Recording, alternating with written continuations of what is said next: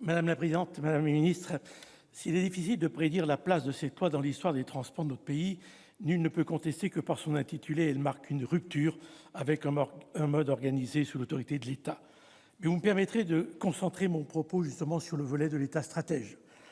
M. Bruno Le Maire, en fin de semaine dernière, parlait de son ambition de voir la France redevenir la première économie du continent dans 15 ans, en rappelant qu'il y a 20 ans, notre économie était comparable à celle de l'Allemagne. Et c'est vrai.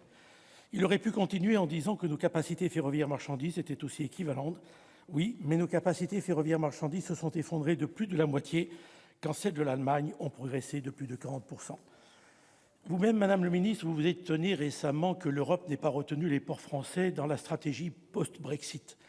Il est regrettable de constater effectivement que la France, qui est la proue de l'Europe dans l'Atlantique, le Havre ne soit pas parmi les 50 premiers ports mondiaux et que plus de 50% des marchandises importées le sont par des ports étrangers. Le Lyon-Turin s'inscrit donc clairement dans l'enjeu méditerranéen de demain.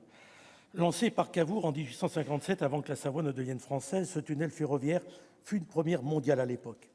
Aujourd'hui, le trafic marchandises entre la France et l'Italie est de 40 millions de tonnes, le même que celui entre la Suisse et l'Italie, et pour un nombre équivalent de poids lourds, 3 millions. Mais les Suisses viennent de passer en dessous d'1 million de poids lourds sur la route, quand le Lyon-Turin ambitionne à terme d'en faire passer 1 million de trains sur le train. C'est le sommet d'Essen en 1993 qui retient le Lyon-Turin parmi les grandes infrastructures européennes. En 2010, le Conseil européen confirme le corridor méditerranéen qui va de l'Espagne jusqu'en Hongrie, avec le franchissement des Alpes de la section Lyon-Turin. L'ambition politique française a été affichée très tôt dans le traité de Turin de 2001 avec l'engagement du président de la République de l'époque, Jacques Chirac, confirmé successivement par les présidents Nicolas Sarkozy, François Hollande et plus récemment Emmanuel Macron. Vous-même, Madame le Ministre, vous avez rappelé que le tunnel transfrontalier et ses accès étaient partie intégrante du traité transfrontalier du Lyon-Turin, et je vous en remercie.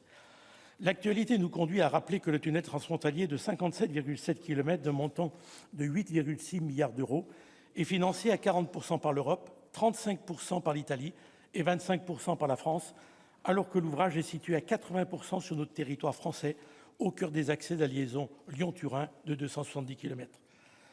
Avec ce tunnel de basse altitude, la France se met au niveau des infrastructures transfrontalières européennes de l'arc alpin, après les tunnels du Lötschberg, du Saint-Gothard et du Brenner.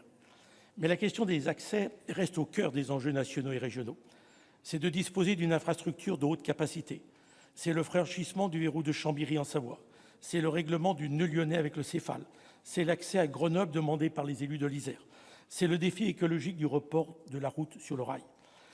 L'intention des collectivités de participer à hauteur de 1 milliard d'euros, Madame la Ministre, témoigne de l'importance que représentent les accès pour les collectivités de la région, tout en soulignant la possibilité de phasage. Vous savez qu'une tranche opérationnelle de moins de 4 milliards pourrait être envisagée. L'amendement déposé par notre collègue Bruno Gilles concernant l'urgence du traitement du nœud lyonnais pour garantir l'axe nord-sud au port de Marseille est révélateur de la situation. Face à ces défis, j'ai 2 questions précises à vous poser, Madame la Ministre. La première concerne les financements européens. Le gouvernement italien a accepté la poursuite des travaux et appels d'offres du tunnel transfrontalier en saisissant Bruxelles pour renégocier les financements.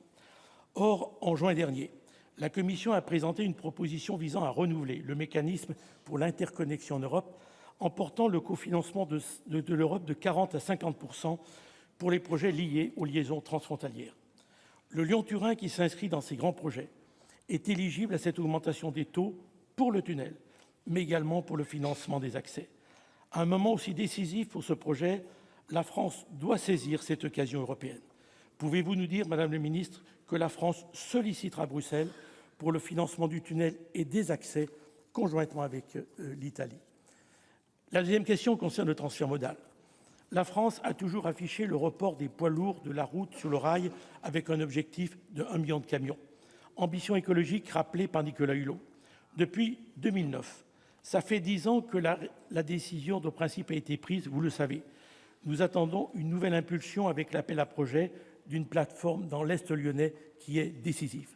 Pouvez-vous, Madame la Ministre, vous engager sur cette deuxième question à mettre en œuvre cette nouvelle étape indispensable et urgente pour la sécurité et la qualité de l'environnement de nos vallées alpines? Je vous remercie.